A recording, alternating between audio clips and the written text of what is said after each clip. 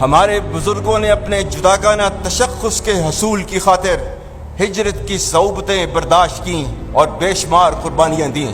ان شہداء، غازیوں اور لواحقین کو بھی اسلام پیش کرتے ہیں جنہوں نے ان قربانیوں کی بنا پر آزادی کے پرچم کو ہمیشہ سر بلند رکھا۔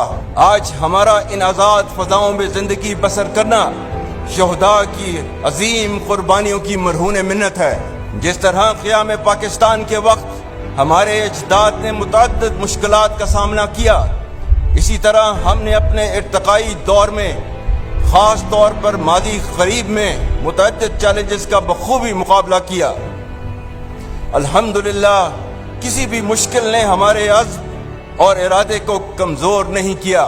تاریخی طور پر ہمارے قومی جذبے کو ہمیشہ آزمائش میں تقویت ملی اور ہم من حیث القوم ہمیشہ ہر مشکل کے بعد اور بھی زیادہ مضبوط بن کر ابھرے، جس میں قوم اور افواج کا باہمی اعتماد کلیدی رہا ہے۔ یاد رکھیں، نا اتفاقی اور انتشار ملک کو اندر سے کھوکھلا کر کے بیرونی جارحیت کے لیے راہ ہموار کر دیتے ہیں۔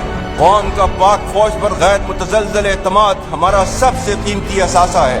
یہ مضبوط رشتہ مشکل حالات میں ہماری قوت بن کر حوصلوں اور جذبوں کو بڑھانے کا سب سے بڑا ذریعہ ہے۔